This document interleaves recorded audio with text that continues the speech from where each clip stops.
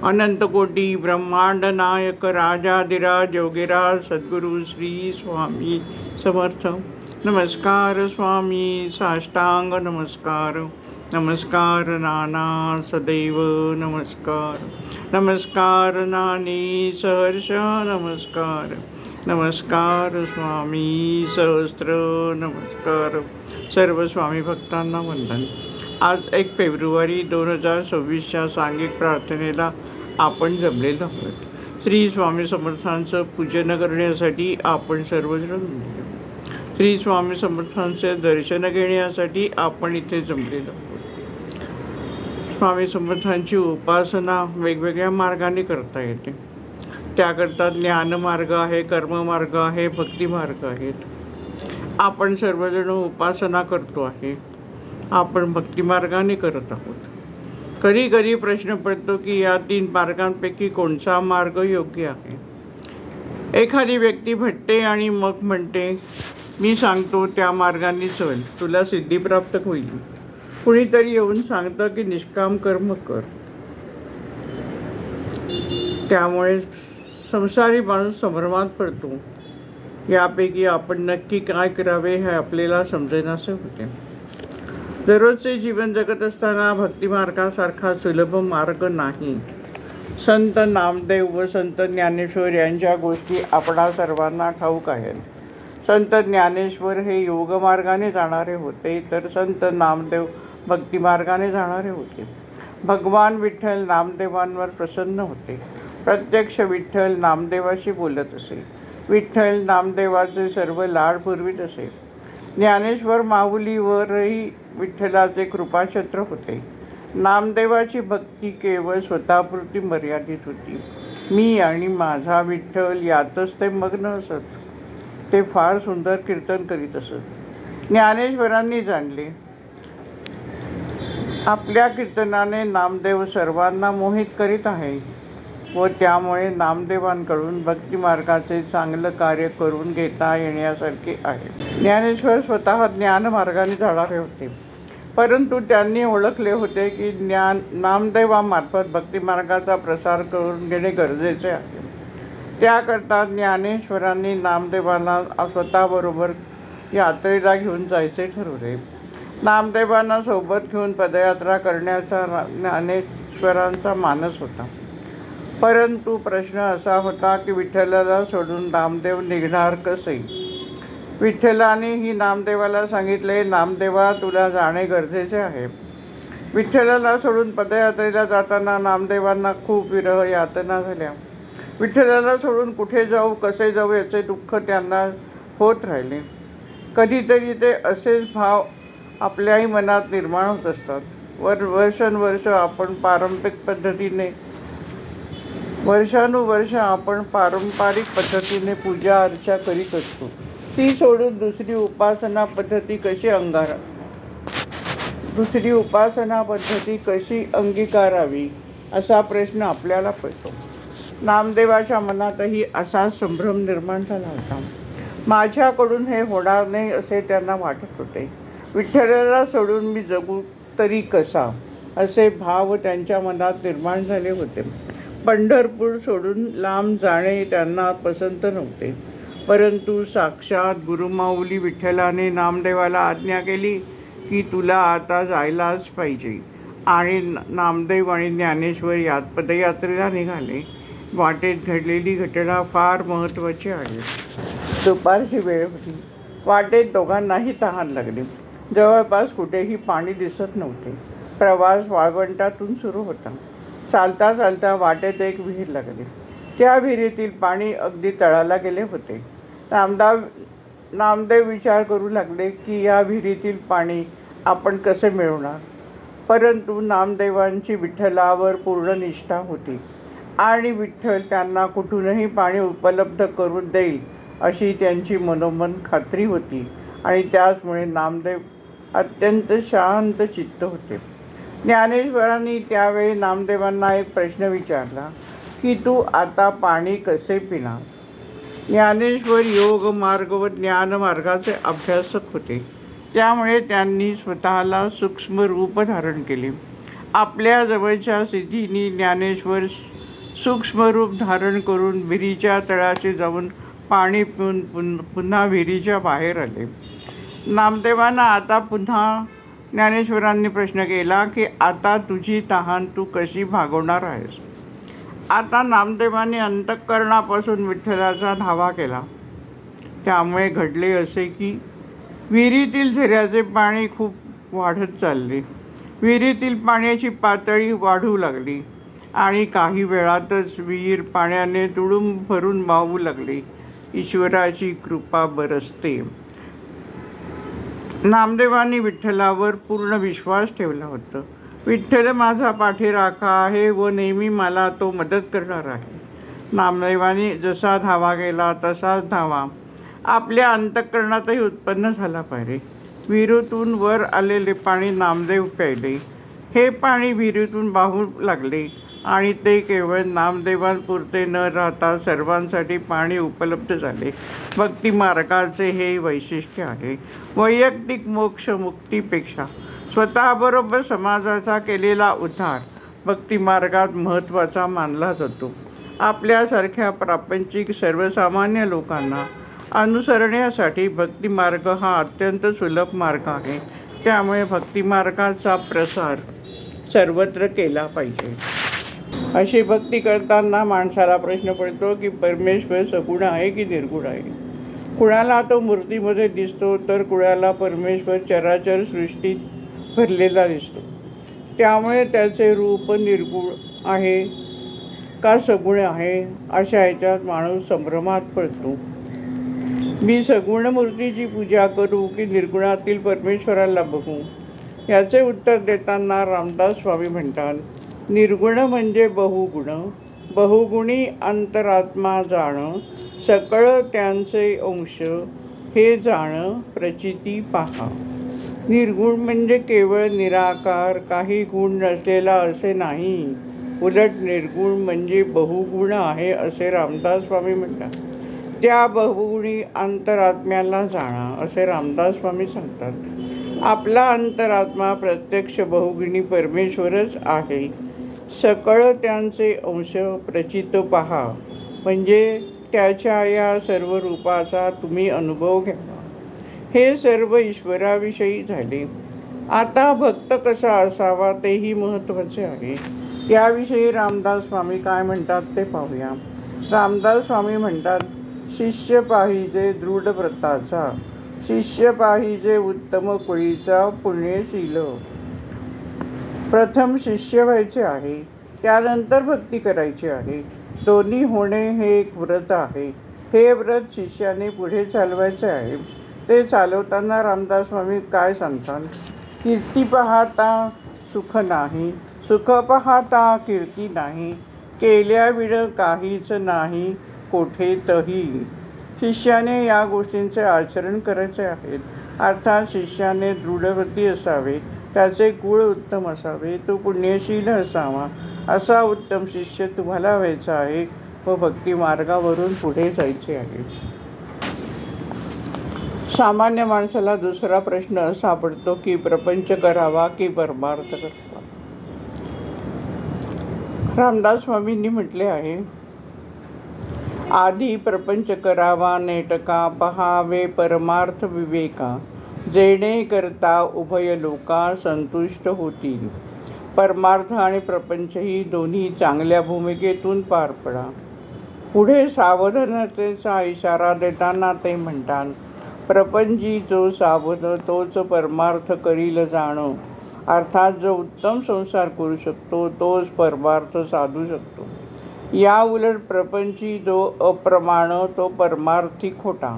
प्रपंच व परमार्थ या दोन्हीतील कमी अधिक गोष्टी पुन्हा सांगताना रामदास स्वामी म्हणतात, प्रपंचे सुखे करावा, परी काही परमार्थ करावा, परमार्थ अवघाची बुडवावा, हे विहित नाही.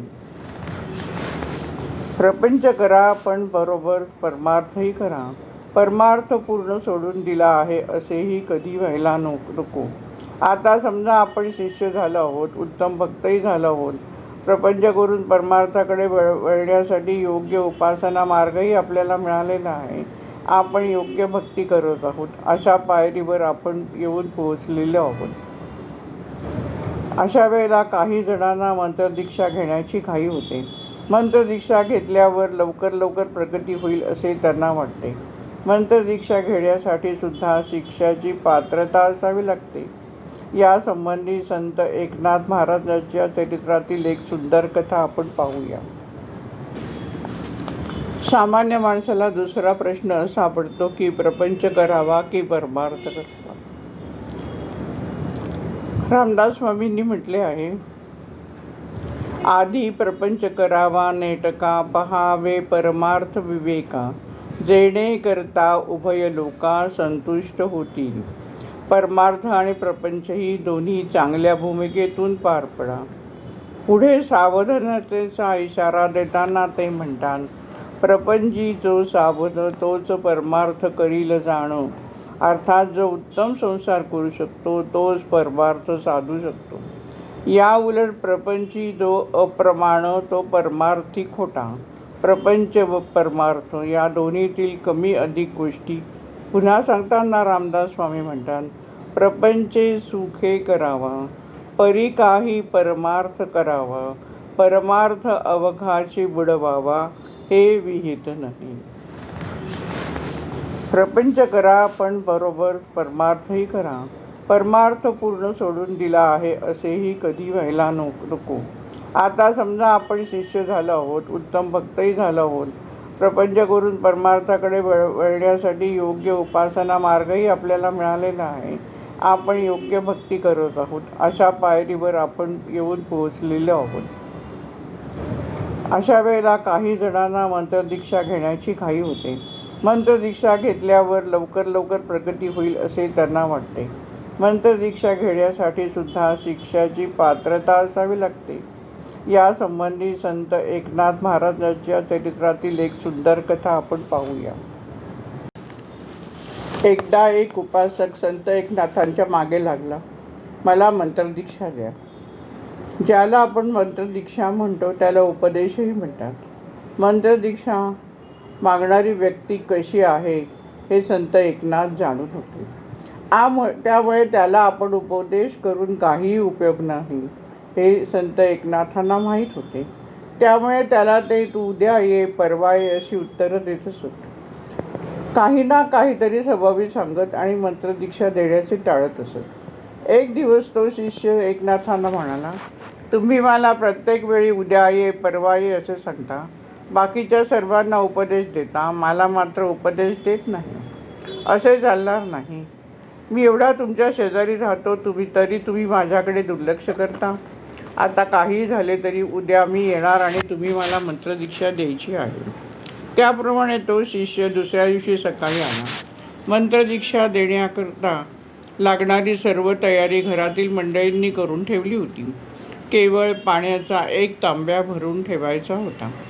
एकनाथ महाराजांनी सूचना देऊन तो तांब्या मुद्दामूनच रिकामा ठेवण्यास सांगितला होता. हा शिष्य येऊन बसला. एकनाथांची वाट पाहत होता. एकनाथ महाराज मुद्दामच विलंबाने आले आणि म्हणाले, अरे, हा तांब्या रिकामा आहे वाटतं, यामध्ये पाणी भरायला हवंय. असे म्हणून एकनाथ महाराज निघून गेले. एकनाथ महाराज थोड्या वेळाने पुन्हा आले. अजून तांब्यात पाणी भरले नाही का असे म्हणाले आणि पुन्हा निघून गेले. हा शिष्य हे सर्व पाहत होता व ऐकत होता. तरी तो तिथे तसाच बसून राहिला. एकनाथ महाराज सर्व तयारी करतील व आपण मंत्रदीक्षा घ्यायची असे त्याला वाटत होते. एकनाथ महाराज त्या मुलाला म्हणाले, मी तुला काय मंत्रदीक्षा देणार? हा तांब्या रिकामा आहे म्हणून मी कित्येक वेळा येऊन मोठ्याने सांगून गेलो, परंतु तू काही तुझ्या जागेवरून हलला नाहीस. तुला असेही वाटले नाही की आपण उठावे आणि या तांब्यात पाणी भरावे. असा तू माझ्या उपदेशाचा प्रसार काय करणार? शिष्य कसा असावा याचे उत्तर इथे मिळते. शिष्य दक्ष असावा हे त्यातून जाणायचे आहे. दुसरी महत्त्वाची गोष्ट अशी की शिष्याच्या मनात आपल्या गुरुविषयी कुठचाही किंतु असता कामा नये. एकनाथांच्या चरित्राच्या संदर्भात त्यांचा मुलगा हरिपंडित याच्याविषयीची कथा आपण जाणून घेऊया.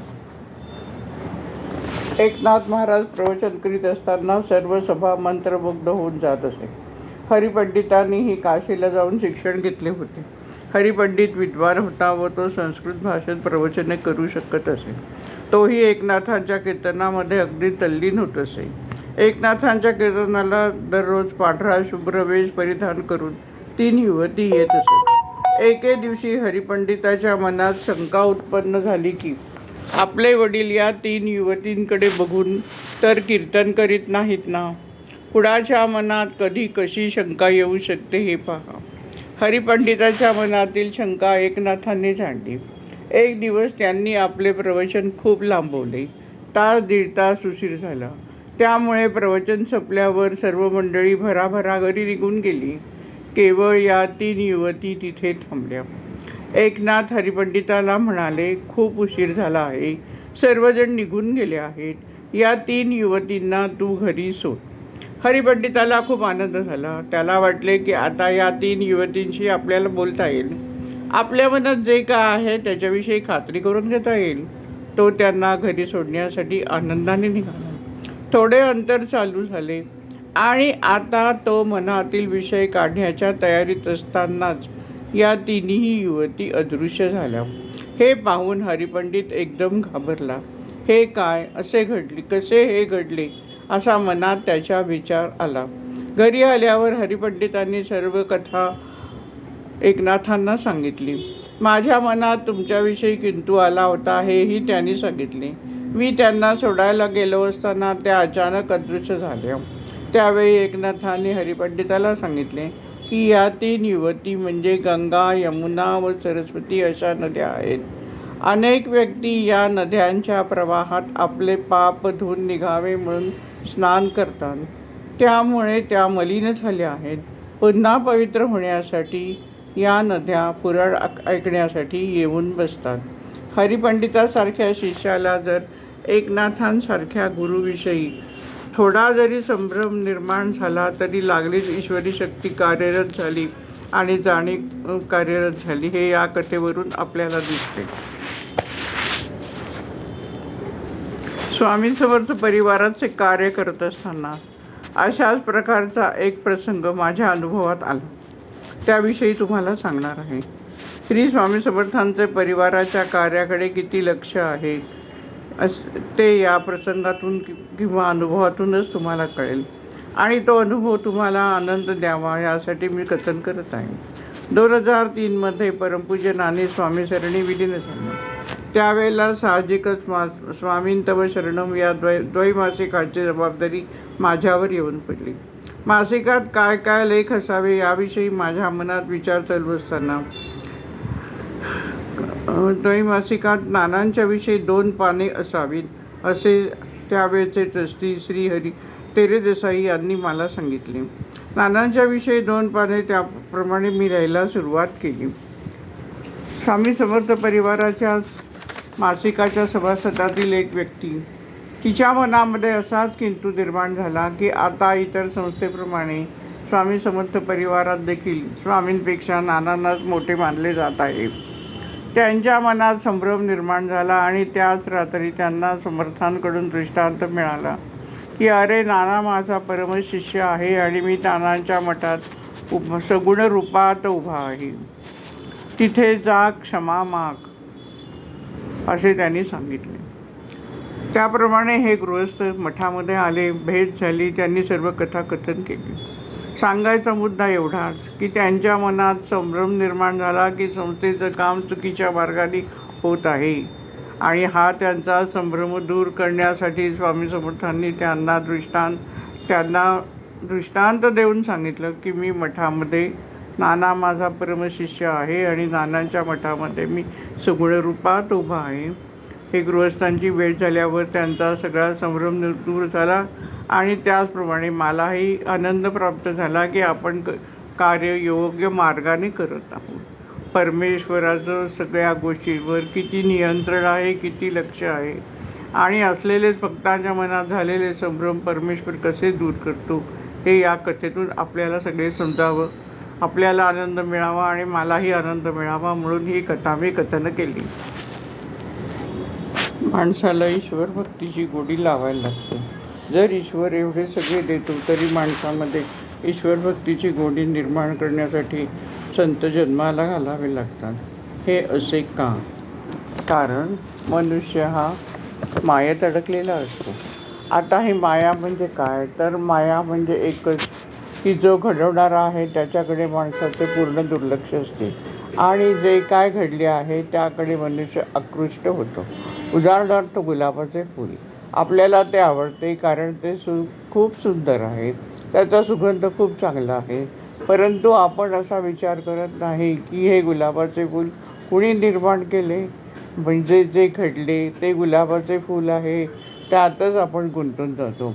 परंतु ते ज्या परमेश्वराने निर्माण केले आहे त्याचे स्मरण आपल्याला राहत नाही.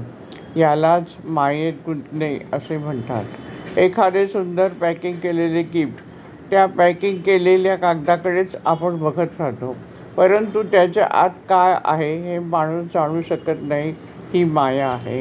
निसर्गाचे नित्य नूतन रूप, निसर्गातील अनेक सुंदर घटना व निसर्गाचे सौंदर्य याचा आपण उपभोग घेतो, परंतु सर्व निर्माण करणारा तो ईश्वर, त्याला आपण जाण्याचा प्रयत्न करत नाही. आम्ही ईश्वराला विसरतो. मायेने माणसाला असे काही गुंतवून टाकले आहे की प्रयत्न करूनही माणसाचे मन या मायेतून बाहेर काढावे लागते. यासाठी संतांना भक्तिमार्गाचा प्रसार करणे असे महत्त्वाचे कार्य करायला लागते आणि त्यांना सहकार्य देण्यासाठी आपण सर्वजण अशा प्रकारचे उत्सव, विविध पूजा, सांघिक प्रार्थना करतो. त्या निमित्ताने ज्या मनुष्याने ईश्वर जाणलेला नाही, ईश्वर भक्ती म्हणजे काय हेही माहीत नाही, अशा माणसाला थोडी थोडी जाग यायला सुरुवात होते. कार्य जेव्हा असे हळूहळू विस्तारत जाते तेव्हा ईश्वराला अभिप्रेत असलेले सुखी व्हावे सारे जन हे स्वप्न साकार होते. सत्कर्माचा अर्थ बघूया. कर्म 3 प्रकारचे आहेत. एक विकर्म, दुसरे सत्कर्म, तिसरे अकर्म. आयुष्यात काहीतरी करायला पाहिजे, परंतु एखादा माणूस काहीच करत नाही, आरामात बसून राहतो. त्याचे कर्तव्य कर्म असते तेही तो करत नाही, त्यावेळेला ते विकर्म होते. सत्कर्म म्हणजे चांगले कर्म. सत्कर्माचे सुद्धा 2 भाग होतात. जे सत्कर्म तुम्ही खऱ्या व अंतःकरणापासून करता, दुसऱ्याचे भले व्हावे यासाठी झटता, ते सत्कर्म. दुसरे सत्कर्म म्हणजे एखादा माणूस पुण्यकर्म मिळवण्यासाठी किंवा एखादा प्रश्न सुटण्यासाठी हजारो ब्राह्मणांना जेवायला घालतो. इथे हे जे कर्म आहे ते सत्कर्म म्हणजे भोजन आहे, परंतु हे विकर्माच्या अगदी जवळ जाणारे आहे, कारण तेथे स्वार्थ आला आहे. स्वार्थरहित जे कार्य, चांगले कार्य, ते कर्म म्हणजे सत्कर्म. तिसरे अकर्म म्हणजे असे कर्म की कार्य करत राहायचे आणि त्याच्या फळाचा विचारही करायचा नाही. भगवंतांनी भगवद्गीतेत शेवटी सांगितले आहे की कर्म कर, परंतु फळाची आशा धरू नकोस. कर्म करीत राहायचे, परंतु त्याचे फळ काय याचा विचारही मनात येऊ द्यायचा नाही. हे कठीण आहे, परंतु टप्प्याटप्प्याने हे साध्य करता येते. सत्पुरुष जे कर्म करतात ते अशा पद्धतीचे असते. दुसऱ्याचे भले व्हावे यासाठी सत्पुरुष संपूर्ण आयुष्याचा होम किंवा यज्ञ करीत राहतात. आपल्या हातून पुण्यकर्म घडावे आणि या कर्मातून मला काय लाभ होणार आहे याचा विचार सत्पुरुष कधीच करत नाही. पुण्य म्हणजे समाजाच्या उन्नतीसाठी देह झिजवणे, ईश्वरी भक्तीचा प्रसार करणे म्हणजे खरे पुण्य. असे जो पुण्य करतो तो परमेश्वराला अधिक प्रिय असतो. परमपूज्य दादांनी आपल्याला या मार्गावर आणून ठेवले आहे. समर्थांची भक्ती करा. भक्ती करताना जप दिला, हे सकलजन हिताय श्री स्वामी समर्थाय नमो नमो नमो नमः. दादा म्हणत असत की समाजाची जाण ठेवून आयुष्य जगा, अशी जाण ते ठेवतात. त्यांच्यावर श्री स्वामी समर्थांची कृपा सहज होते. आता भक्ताला प्रश्न पडतो की सगुण रूपाची पूजा करावी की निर्गुण रूपाची. सगुणाकडून निर्गुणाकडे जाता येते आणि निर्गुणाकडून सगुणाकडे जाता येते. ईश्वरी तत्व हे तर सगुण रूपात तसेच निर्गुण रूपातही बघू शकतो. माणसाला सुरुवातीला ध्यानासाठी सगुण रूपाची गरज असते. भगवद्गीतेत श्रीकृष्णाने सांगितले आहे की आपण लहान बालकाला जेव्हा श्री अक्षर शिकवतो तेव्हा तो श्री मोठा काढतो. मोठे काढून झाल्यावरच तो शिकू शकतो. नंतर हळूहळू श्री अक्षर लहान काढायला शिकतो. तसाच परमेश्वर अगोदर सगुण रूपात डोळ्यासमोर पाहिजे, तरच ध्यानधारणा होऊ शकते. त्यासाठी श्री स्वामी समर्थांनी परमपूज्य नानांना स्वामी भवनाची स्थापना करून 6.5 फूट उंचीची भव्य मूर्ती स्थापन करण्यास सांगितले. आपणास सगुण उपासनेकडून निर्गुण उपासनेकडे जायचे आहे. निर्गुण उपासनेमध्ये चराचर सृष्टीमध्ये जो परमेश्वर व्यापलेला आहे तो पदोपदी मला भेटतो, हा अनुभव मनुष्य घेऊ शकतो. तेवढी श्रद्धा दृढ व्हावी अशा या महान कार्यामध्ये आपण आहोत. उपासना करताना कोणत्या दैवताची उपासना करावी असा हा प्रश्न अनेकांना पडतो. आपण सर्व श्री स्वामी समर्थांची उपासना करतो, परंतु समाजात असे अनेक जण आहे की त्यांना कुठची उपासना करावी हे कळत नाही. रामदास स्वामींनी याविषयी काय कार्य केले हे पाहणे उचित ठरेल. राम हे त्यांचे दैवत. त्यांनी रामाची उपासना सांगितली, परंतु त्याचवेळी दासबोधामध्ये रामदास स्वामींनी विविध देवतांचे वर्णन केले आहे. दासबोधात ते म्हणतात की ही सर्व पूजनीय दैवते आहेत, त्यांचेही पूजन आवश्यक आहे, परंतु शेवटी अंतरात्मा खूप महत्त्वाचा असतो.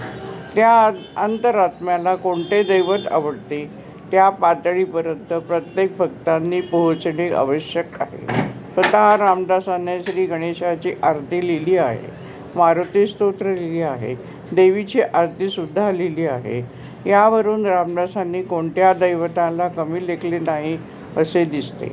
प्रत्येक दैवताला त्यांनी योग्य मान दिला आहे. प्रत्येकाने आपल्या अंतरात्म्याचा कौल घेऊन आपले दैवत निवडायचे असते. अनेक देवदेवतांची पूजा करीत राहिल्यास तुम्हाला काहीच प्राप्त होत नाही. त्यापेक्षा तुम्हाला जे दैवत आवडत असेल तेच निवडावे व त्याची निष्ठेने उपासना करा. परमपूज्य नानांनी आपल्याला श्री स्वामी समर्थ हे दैवत दिले आहे. त्याविषयी ते म्हणतात, तुझं माझा विष्णू, तुझं माझा सांब, तुझं परब्रह्म माय जगदंब, तन मन धन तुझ्यापदी नाथा, पंचारती तुझ श्री स्वामी समर्थ. श्री स्वामी समर्थांमध्ये सर्व दैवते एकवटलेली आहेत. त्यामुळे इतर देवतांची पूजा आपण करायची नाही असे नाही. आपण इतर देवतांची पूजाही करू शकतो, परंतु श्री स्वामी समर्थांची उपासना केल्यावर सर्व देवतांची पूजा आपोआपच घडते. रामाच्या देवळात जाऊन रामजन्मोत्सव करायचा असे नाही. तुम्ही सर्व काही करू शकता. निष्ठा मात्र श्री स्वामी समर्थांवर ठेवायची. सर्व भार श्री स्वामी समर्थांवर टाकायचा. इतर देवतांची उपासना करताना आपल्या कानावर कीर्तने प्रवचने पडतात. नवविधा भक्तीचे हे प्रकार आहेत. त्यातून अनेक गोष्टी आपल्या कानावर पडतात. त्याने आपले ज्ञान वाढते. म्हणून इतर देवतांच्याही मंदिरात जाण्यास हरकत नाही. आपल्याला उत्तम भक्त व शिष्य व्हायचे आहे. या भक्ती मार्गाचे 9 विविध प्रकार आहेत. श्रवण भक्ती, कीर्तन भक्ती, स्मरण भक्ती, पादसेवन भक्ती, अर्चन भक्ती, दास्य भक्ती, वंदन भक्ती, सख्य भक्ती, आत्मनिवेदन भक्ती. श्रवण भक्ती, भजन, कीर्तन, प्रवचन, यात्रा, देवदर्शन, सत्संग, पुराण, मंत्रोच्चार, आपण करीत असलेले स्तवनाचे कार्यक्रम वगैरे श्रवण भक्तीमध्ये येते. ही भक्ती अत्यंत आवश्यक आहे. कीर्तन भक्तीमध्ये यामध्ये ईश्वराचा उद्देश तुम्हाला सर्वसामान्यांपर्यंत घेऊन पोहोचता यावे म्हणून कीर्तनकार कीर्तनाच्या माध्यमातून ईश्वर भक्ती करतो. स्मरण भक्ती यामध्ये नामस्मरण होते. आपण जो जयघोष करतो ते ईश्वराचे सतत स्मरण करतो ते स्मरण भक्तीमध्ये येते. पादसेवन भक्ती ही महत्त्वाची आहे. अनेक लोकांना वाटते की गुरुला बोलवले, त्याची पूजा केली, पाद्यपूजा केली, नमस्कार केला की आपण पुण्यवान झालो. या सेवेला पादसेवन भक्ती म्हणतात, परंतु ही अत्यंत चुकीची कल्पना आहे. गुरुला बोलवले व त्याच्या पादुकांचे पूजन केले म्हणजे पुण्य मिळाले असे होत नाही. गुरुची सेवा करणे अत्यंत आवश्यक आहे. सुंदराबाई, बाळप्पा, चोळप्पा यांनी जशी श्री स्वामी समर्थांची सेवा केली तशी सेवा आपण करायला हवी. ती पादसेवन सेवा हो. अशी सेवा काळाच्या ओघात माणसे विसरली आहेत. पादुकांचे पूजन करण्यापुरतीच ती उरलेली आहे. अशा वेळी 50-60 लोकांना बोलवले जाते, प्रसाद भोजन दिले जाते, सर्व ही गुरुभक्ती नाही. गुरुची सेवा करत राहणे महत्त्वाचे आहे. ती खरी पादसेवन भक्ती ठरते. अर्चन भक्ती यामध्ये सगुण उपासना येते. ही सगुण उपासना आपण रोज करतो. देवाच्या मूर्तीची पूजा करणे, धूप दीप नैवेद्य दाखवणे इत्यादी अर्चन भक्तीमध्ये येतं. दास्य भक्ती यामध्ये देवाचा दास होऊन राहणे म्हणजे दास्य भक्ती.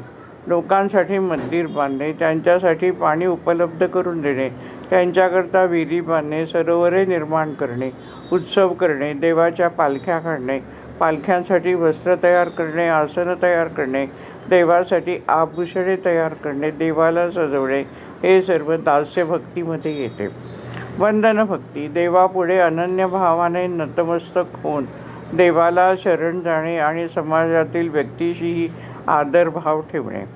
सख्य भक्ती या भक्तीमध्ये देव व आपण म्हणजे कुणी वेगळे नाही असे मानणे. भक्ती मार्गात पुढील पदाला पोचल्यावर हे साधू शकते. आत्मनिवेदन भक्ती देवाप्रती पूर्ण शरणागत होणे भक्ती मार्गातील ही अंतिम पायरी आहे. या 9 पायऱ्यांमधील शेवटच्या 2 पायऱ्या खूप कठीण आहेत. दास्यभक्तीपर्यंत आपण प्रत्येकजण काम करू शकतो. या प्रत्येक भक्ती मार्गाची माहिती अनेक संतांनी वेगवेगळी सांगितली आहे. आता आपण स्वामी चरित्रातील काही कथा बघूया. श्री स्वामी समर्थांचे निष्ठावंत सेवेकरी श्री चोळप्पा यांची पत्नी येसूबाई ही महाराजांची भक्त होती. एकदा तिच्या हाताला विंचू चावला. वेदना असह्य होऊन ती समर्थांचा धावा करताना म्हणाली, महाराज सहन होत नाही, काहीतरी करा हो. स्वामींनी आपला जोडा तिच्याकडे फेकला आणि म्हणाले, तुझा हात या जोड्यात घाल. तिने त्याप्रमाणे केले. तिला अत्यंत गार वाटू लागले. वेदना पळून गेल्या. बरे वाटले असे वाटून तिने आपला हात जोड्यातून बाहेर काढला तर हात पुन्हा दुखू लागला. तिने हात पुन्हा जोड्यात ठेवताच पुन्हा शांत आणि थंड वाटू लागले. याचा अर्थ एवढाच आहे की जर समर्थांचे चरण तुम्ही घट्ट धरून ठेवले तर तुम्हाला दुःखापासून कायम मुक्ती मिळते. या चमत्कारामागचे हे रहस्य आपण जाणायचे आहे. याकरता गुरुचे धरलेले पाय कधीही सोडू नका. माणसाचा स्वभाव असा असतो की क्षणात सर्व विसरून जातो. कधी त्याला यशाची पैशाची धुंदी चढते, कधी स्वतःच्या कर्तृत्वाचीही धुंदी येते. एवढेच नाही तर आपण करत असलेल्या उपासनेचाही त्याला गर्व वाटायला लागतो. तो अहंकारी होतो व सर्व विसरतो. कधी कधी तर सद्गुरुचरणाची भक्तीही तो विसरून जातो. स्वामींना या चमत्काराद्वारे हे दाखवून द्यायचे, सद्गुरुचरणाशी सदा एकनिष्ठ राहा. त्या चरणाशी तुम्ही नितांत श्रद्धा ठेवून आयुष्याची पुढची वाटचाल करा. जुन्नरच्या सखुबाईची अशीच एक कथा आहे. ती अत्यंत गरीब क्षुद्र वर्गातील अशी स्त्री होती. तिला श्वेतकुष्ठ होते. ती फिरता फिरता एकदा समर्थांपर्यंत पोचली. त्यांची प्रार्थना करून तिने स्वतःला बरे करण्यासाठी महाराजांना प्रार्थना केली. समर्थांनी तिला एक पांढरा दगड दिला आणि तो उगाळून लावण्यास सांगितले. ती अत्यंत निष्ठेने ते औषध करत होती. माधुकरी मागून जे मिळेल त्याच्यावर तिचा उदरनिर्वाह करायचा आणि उरलेल्या वेळात स्वामी समर्थांची चरणसेवा करायची असा तिचा दिनक्रम होता. तिने असे 2 महिने केल्यावर ती पूर्ण रोगमुक्त झाली. हैदराबादचे लाला साहेब हिंदुस्थानी यांनाही श्वेतकुष्ठ होते. माझा रोग कोण बरा करील याच्या शोधात ते होते. जवळच असलेल्या व्यंकटाच्या स्थानी जाऊन पोचले. तिथे त्यांनी उपासना सुरू केली. 2-3 महिने अनुष्ठान केले. जेव्हा रोगव्याधी निर्माण होते तेव्हा निराकरण करण्यासाठी बऱ्याचदा उपासनेची गरज असते. हे आपण लक्षात घ्यायचे आहे. या उपासनेनंतर त्यांना दृष्टांत झाला. त्यांना स्वप्नात एक साधू पुरुष आणि सभोवत एक गाय दिसली. स्वप्नातच ते त्या साधू पुरुषाला म्हणाले, आपण कोण? असे विचारताच ते साधू पुरुष म्हणाले, आम्ही अक्कलकोट व गाणगापूरहून आलो आहोत. लालासाहेबांना मात्र यावरून काहीच अर्थबोध झाला नाही. आपण उपासना व्यंकटाशी केली आहे आणि आपल्याला दर्शन या कोणत्या साधू महाराजांनी दिले याबाबत ते संभ्रमित होते. खरे तर ते व्यंकटाची उपासना करीत असताना श्री स्वामींनी त्यांना दृष्टांत दिला आहे. एक दिवस रस्त्याने चालत असताना त्यांना एक गृहस्थ भेटले आणि त्यांनी सांगितले की तुम्हाला हे श्वेतकुष्ठ झाले आहे, त्याच्या निवारणासाठी तुम्ही अक्कलकोटला जा. त्या व्यक्तीच्या मुखातून अक्कलकोटचा उल्लेख ऐकून लालासाहेबांना जाणवले की अक्कलकोट गाणगापूर असेच काहीतरी आपण स्वप्नात ऐकले होते. लालासाहेब त्यानंतर अक्कलकोटला गेले. श्री स्वामी समर्थांच्या दर्शनाला गेले त्यावेळेला श्री स्वामी समर्थ पलंगावर पौडलेले होते.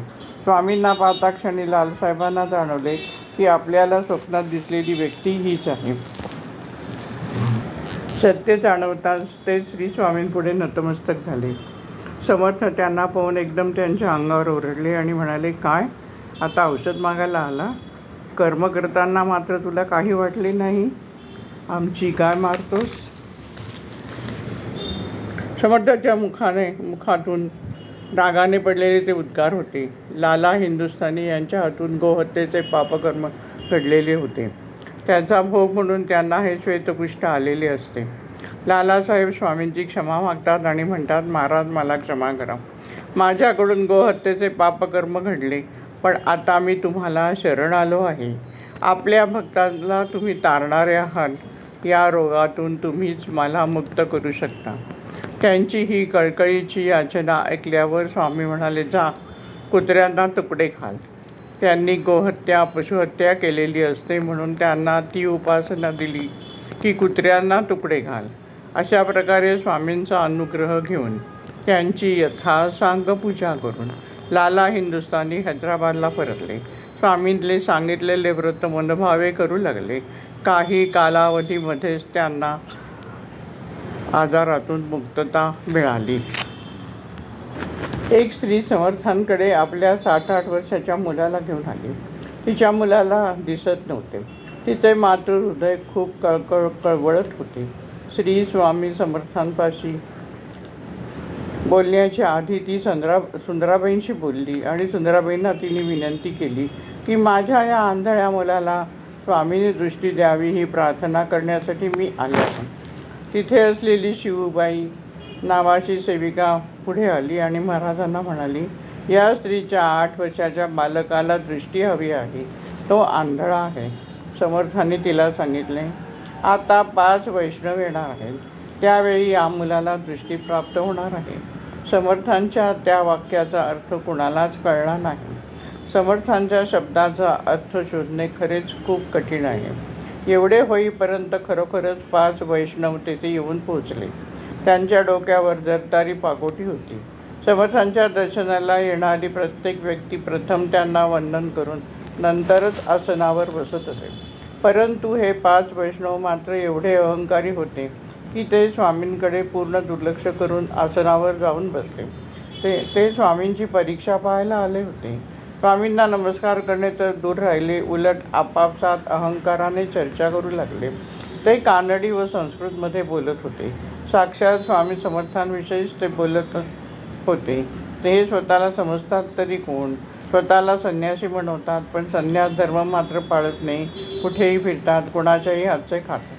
त्या वैष्णवाच्या बोलण्यात भागवत, गीता, पुराण आदी शास्त्रांचे दाखले देणारी चर्चा सुरू होती.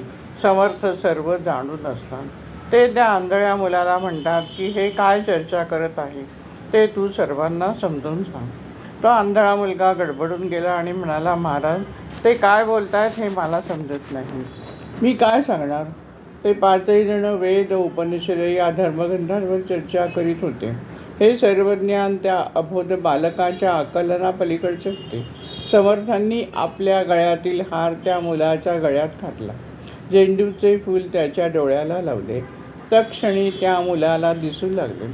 एवढेच नाही तर 5 वैष्णव काय बोलत आहेत त्याला समजू लागले. त्याविषयी ते भराभरा बोलू लागले. हा चमत्कार पाहून ते 5ही वैष्णव भानावर आले आणि श्री स्वामी समर्थांना शरण गेले. हा चमत्कार करताना केवळ त्या आंधळ्या मुलाला दृष्टी दिली असे नाही, त्याला दृष्टी देता देता चमत्कार अशा प्रकारे घडवला की तिथे आलेल्या पाचही वैष्णवांना त्यांची चूक समजली. समर्थ त्या पाचही जणांचा पूर्वजन्म पूर्ण जाणत होते. याविषयी समर्थ बोलू लागल्यावर ते पाचही जण समर्थांना शरण गेले. पुन्हा पुन्हा त्यांनी क्षमा मागितली.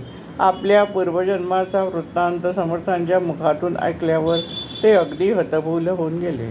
आम्हाला आता तुम्हीच मार्ग दाखवा असे म्हणून ते स्वामींच्या चरणी लागले. समर्थांनी त्यांना भागवत धर्माचे आचरण करा असा आदेश दिला. धर्मग्रंथाचे केवळ वाचन करून पांडित्य दाखवण्यापेक्षा त्याचे प्रत्यक्ष आचरण करणे महत्त्वाचे असते, हा संदेश त्या 5 जणांना दिला आणि त्या 5 जणांच्या आयुष्यात पूर्णतः परिवर्तन घडवले. ते 5ही जण समर्थांचे अनन्य भक्त झाले. ते जागोजागी फिरले आणि समर्थांच्या लीलांचे गुणगान करू लागले. त्या आंधळ्या बालकाला दृष्टी नव्हती हे खरेच, पण ते 5ही वैष्णव आंधळेच होते. हे अंधत्व त्यांना त्यांच्या अहंकारामुळे आलेले होते. हे अंधत्वही समर्थांनी पूर्ण घालवून त्यांना जीवनाविषयी नवीन दृष्टी प्राप्त करून दिली. त्यांची प्रकाशाच्या दिशेने वाटचाल सुरू झाली. श्री स्वामी समर्थ म्हणजे साक्षात परमेश्वर. सुखी व्हावे सारे जन हा स्वामींचा उपदेश आणि याच कार्यासाठी त्यांनी अनेक शिष्योत्तम घडवले. श्री स्वामी समर्थांनी परमपूज्य नानांना भक्ती पेरीत जा अशी आज्ञा केली. त्याबरोबर त्यांना तशी शक्ती प्राप्त करून दिली आणि त्यांच्याकडून महान भक्ती प्रसाराचं महान कार्य करून घेतले आणि त्यातूनच हा स्वामी समर्थ परिवार वैभवाला आला आहे. नभा भेदुनी पैल नेऊया स्वामींचा जयकार, सकल जनांच्या कल्याणाचे स्वप्न करू साकार. स्वामीं तव शरणं, स्वामीं तव शरणं, स्वामीं तव शरणं.